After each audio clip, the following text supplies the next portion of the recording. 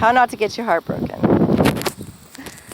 And I've been sharing that basically I see a lot of my friends getting their heart broken over and over again, and they really struggle with getting their heart broken. Like, it takes them a while to recover from getting their heart broken. And I feel like I know the answer to this, and the answer is to not give your heart away.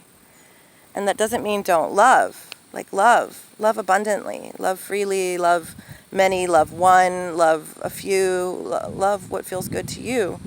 But mainly, make sure that you're honoring your own heart's boundaries. Make sure that you know how you want to be loved and how you want to share love and what that looks like for you. And sometimes we don't figure that out until we're relationships, right? Until we're actually in the relationship.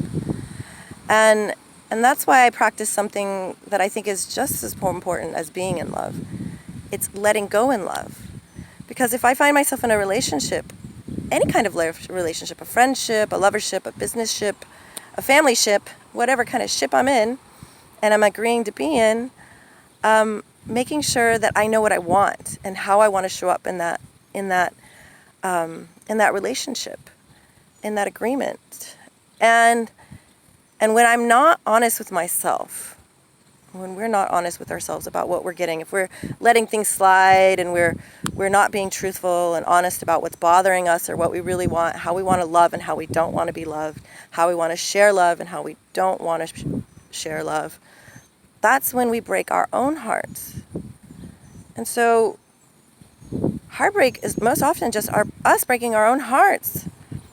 You know, loving people who are still not sure of how they want to be loved, right? So my agreement with my lovers is that we just be very careful with each other's hearts. Same thing with my kids, actually, is that we all just be very careful with each other's hearts. And that means taking care of ourselves, most of all, taking care of my body, right? It's my responsibility, if you love me, to take care of my body, to take care of my heart, to make sure that I'm doing my own work, and to make sure that I'm not letting other people hurt me by loving them or giving too much of myself to them in a way that doesn't honor my heart, right? And I was interviewed recently on love and relationships, and mostly poly, and they said, what was the hardest thing about being poly? And I said, well, being in relationships with people who don't know what they want. And I also recognize that being in a relationship is a perfect opportunity to figure out what you want and what you don't want. But I also think it's important to practice something that I call letting go with love, which I think is just as important, if not more, than being in love. And like I said, friendship, relationship, lovership, whatever it is. And so letting go in love means, like, when I realize that the friendship, relationship isn't working for me, then I make that conscious decision to say, hey, I love you. And the way that we're loving each other right now, it isn't working for me. So I would like to love you in this different way, and maybe that's just friendship. Maybe that's just from a distance. Like, I love so many people from a distance because that's how I can love them. I can love them when I'm giving them boundaries between how they can love me, how I want to show up for them, how I want them to show up for me in my life. And that's how I protect my heart. That's how I love me. And how I love you is by loving me and loving myself and showing up in our friendship and our relationships and our loverships and our family-ships in the way that I want to and I can. I know what I can do. And sometimes I have to figure it out, and it's bumpy. And I figure out that I can't love you like you want me to or the way that we originally agreed, and that's okay, because that's true love. True love is when I say, I want you to be loved. I want you to be loved so much that it might not even involve me. I want you to love you, and I love you enough to let you go and to go find the love and the lovership that suits you. And then we can love each other the way that suits us best, out of desire and want and not obligation or have to, right? And there's another part of this. Maybe the most important part, right? It's just that I can't show up and know how to love you until I know how to love myself. And that takes time. And that takes actual, like, intention. Like, getting comfortable being alone. This took, like, practice. I was not comfortable being alone. I mean, I had 5 kids, for goodness sake. Being alone, yeah, not for me, or at least I didn't think so, right?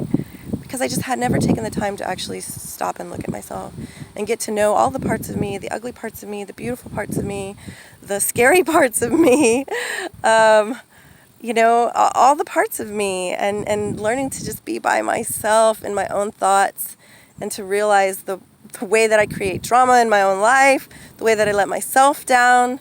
Like, loving each of you is just an opportunity to love myself and to see how I am in relationship with you and lovership with you.